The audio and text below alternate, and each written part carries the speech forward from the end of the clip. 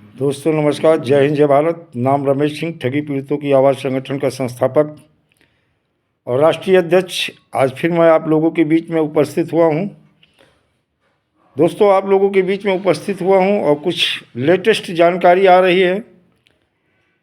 और जो मैं अक्सर कहता हूं कि जब सत्य का सामना करोगे तभी शायद आपकी समस्या का समाधान होगा।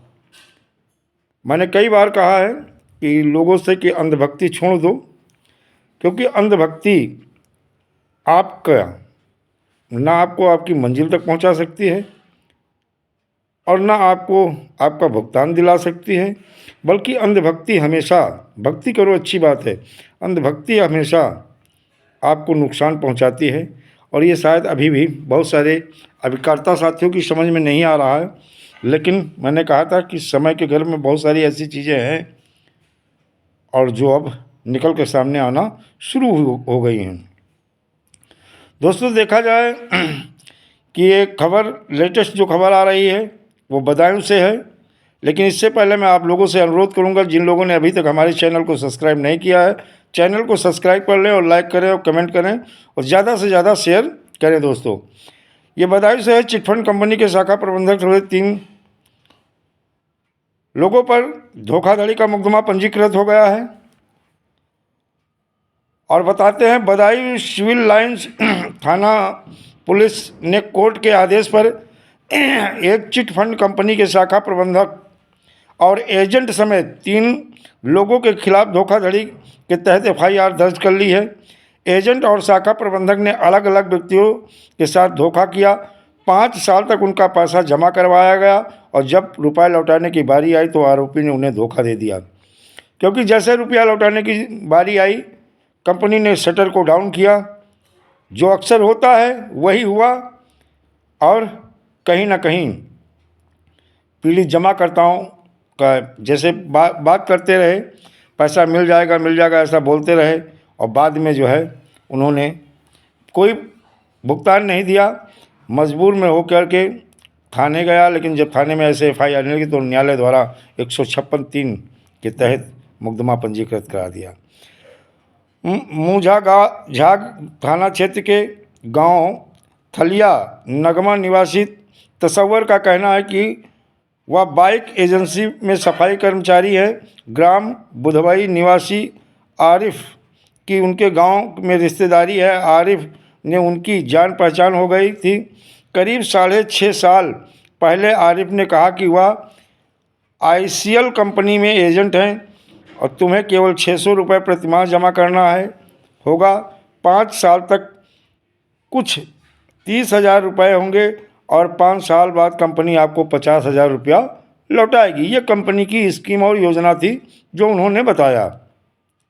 वह आरोपी की बातों में आ गया और पूरे 5 साल तक रुपए जमा कराता रहा। 5 साल पूरे होने पर आईसीएल कंपनी के शाखा प्रबंधक सतवीर और अन्य कर्मचारियों ने उनका रुपया नहीं दिया। आरोपियों ने ग्राम बुधवाई निवासी प्रेम पाल साथ भी ठगी की। उन्होंने 50,000 रुपये का चूना लगा दिया।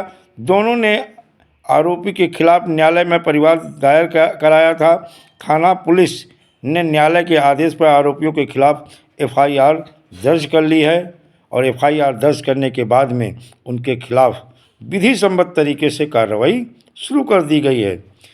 और पता ये भी लगता है कि इस कंपनी में बहुत सारे लोगों का करोड़ों रुपया इन्वेस्टमेंट हुआ है, ये जानकारी भी मिल रही है सोशल मीडिया के माध्यम से।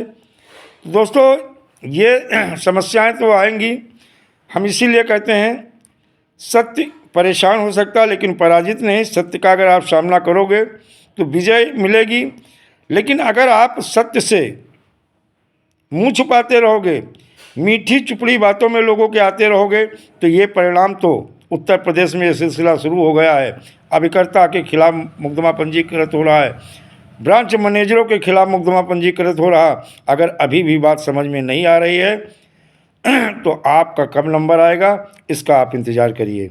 मैं यही कहूँगा, इसीलिए आज मैं पीआईएल को लेकर के हाई कोर्ट गया था। ड्राफ्टिंग हो गई है, मेरे सिग्नेचर हो गए हैं।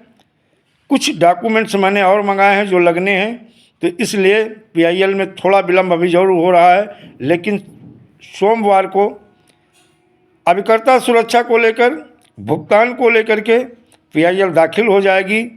और मुझे उम्मीद है कि पीआईएल में पीड़ित कार्यकर्ताओं को भी उसका लाभ मिलेगा और जमाकर्ता जो निवेशक है उसको भी उसका लाभ मिलेगा।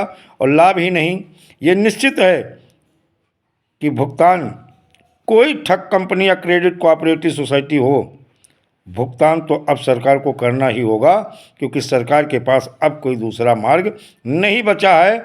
1 दिसंबर से मिशन भुगतान सत्याग्रह पद यात्रा हमारी शुरुआत होने जा रही है। और मैं सारी कंपनियों के अभिकर्ताओं साथियों से कहूँगा कि ज़्यादा से ज़्यादा बड़ी तैयारी करें और इस मिशन को, इस उद्देश्य को पूरा करने के लिए अपनी भागीदारी भी सुनिश्चित कराएं और भुगतान भी। दोस्तों, जय हिंद, जय भारत, वंदे मातरम।